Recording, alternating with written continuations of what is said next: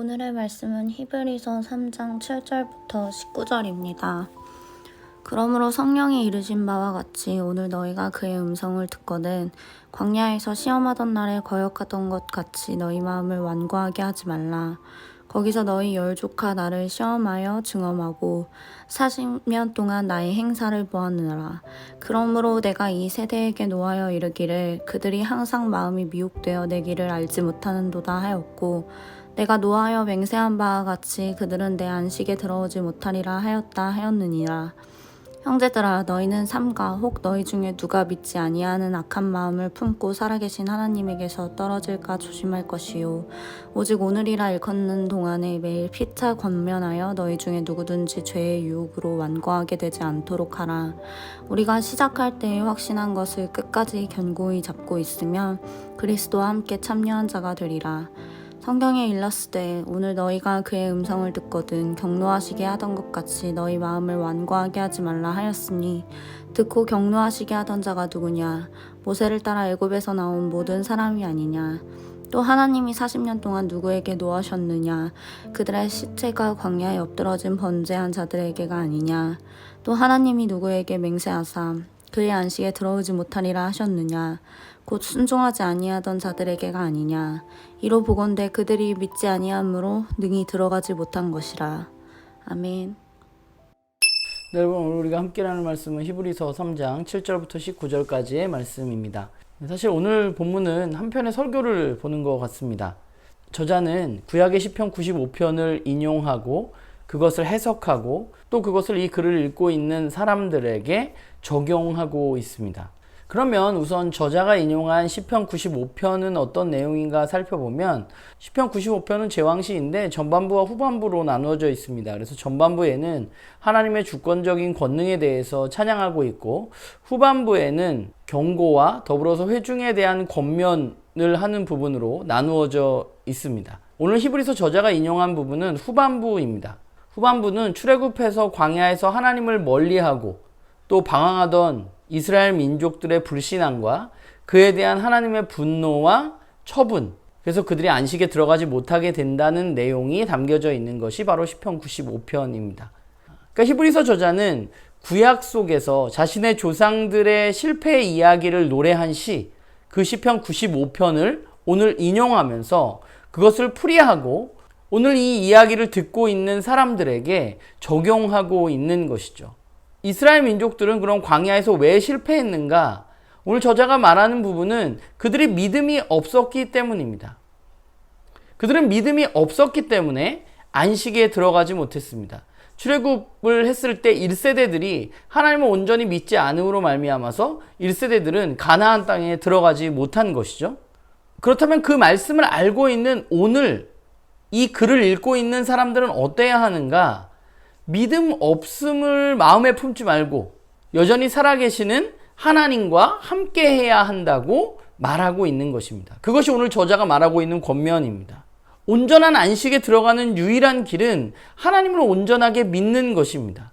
하나님과 함께 하는 것입니다. 그러면 하나님과 떨어지지 않기 위해서, 하나님과 함께 하기 위해서 뭘 해야 되느냐? 오늘 히브리서 저자는 서로 권면하고 죄의 유혹에 넘어가지 않도록 공동체가 함께 도와야 한다고 말하고 있습니다.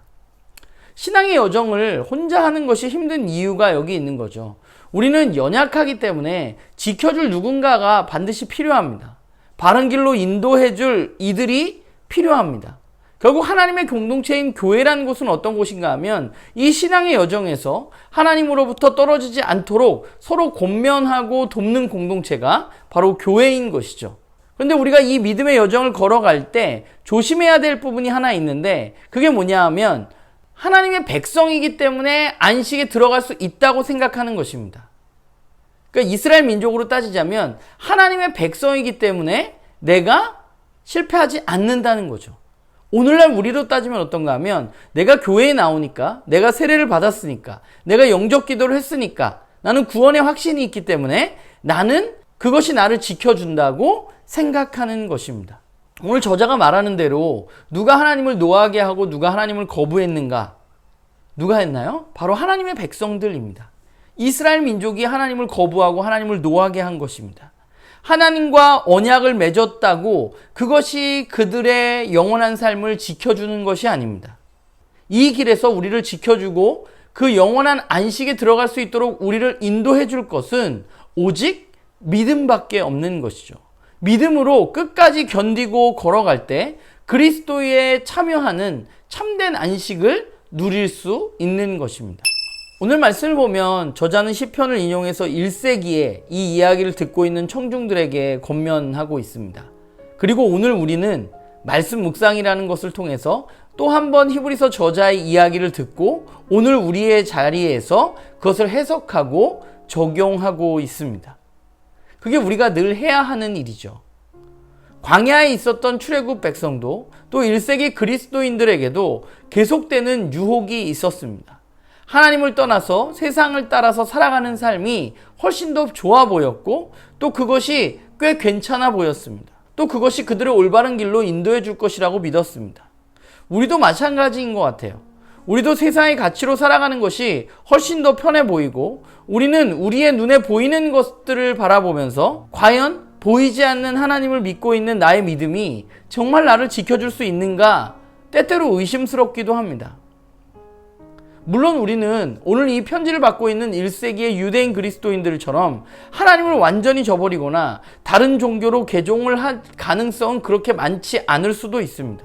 그러나 이것은 종교를 바꾸느냐의 문제가 아니라 우리가 그리스도인으로 이 여정을 끝까지 걸어갈 수 있느냐 하는 것입니다.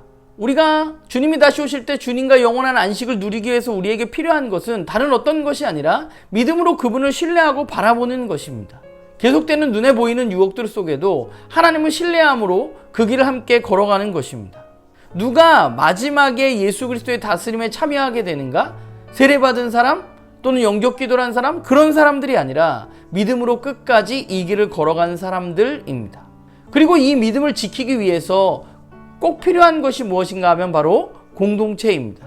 좀 교회에 대해서 오해되어지는 부분이 있는데 교회는 믿음을 경쟁하는 곳이 아닙니다. 교회는 누구를 평가하는 곳도 아닙니다.